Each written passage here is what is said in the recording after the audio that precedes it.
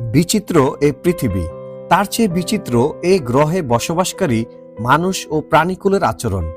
মানুষের অদ্ভুত সব আচরণ ও কর্মকাণ্ডের খবর তো অনেক শুনেছেন। আজ বরং চলুন প্রাণী জগতের অদ্ভুত কিছু বিষয় জেনে নেই।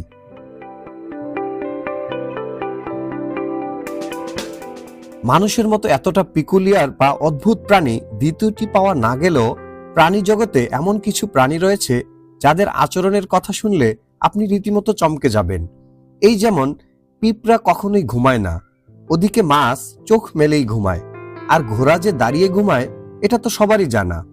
যেটা অনেকেরই অজানা সেটা হলো অতিরিক্ত ক্ষুধা সহ্য করতে না পারলে বিড়াল এবং বাঘ নিজ বাচ্চাকে হত্যা করে খেয়ে ফেলে।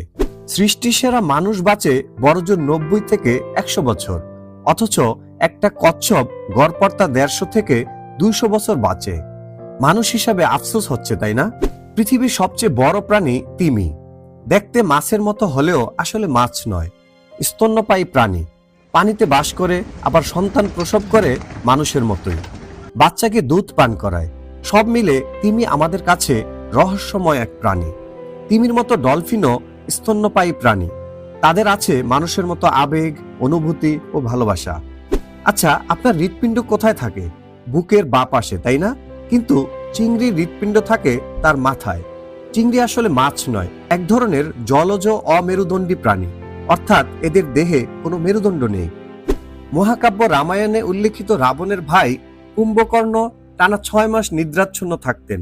বাস্তবে এমন কাউকে পাওয়া না গেলেও প্রাণী জগতে শামুকের কোনো কোনো প্রজাতি একটানা 3 বছর পর্যন্ত ঘুমিয়ে থাকতে পারে। এই ঘুমকে জীববিদ্যার ভাষায় বলা হয় হাইবারনেশন বা শীত নিদ্রা। কখনো ভেবেছেন কি একটি গাভী সারা জীবনে কতটুকু দুধ দেয়? একটি গাভী জীবদ্দশায় প্রায় 11,000 গ্যালন দুধ দেয়, যা প্রায় 2 লাখ গ্লাসের সমান। জিরাফ একটি সামাজিক ও নিরীহ প্রাণী, বিশ্বের সবচেয়ে লম্বা প্রাণীও বটে। একটি পুরুষ জিরাফ লম্বায় প্রায় 18 ফুট এবং স্ত্রী জিরাফ 14 ফুটের মতো হয়। মজার ব্যাপার হলো প্রাণী জগতে জিরাফই একমাত্র প্রাণী যে শব্দ করতে পারে না। গলায় শব্দ উৎপাদন হয় ভোকাল কর্ডের মাধ্যমে।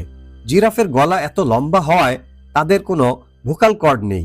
শব্দ উৎপাদনে সক্ষম ভোকাল কর্ড নেই বলেই জিরাফ কোনো শব্দ করতে পারে না।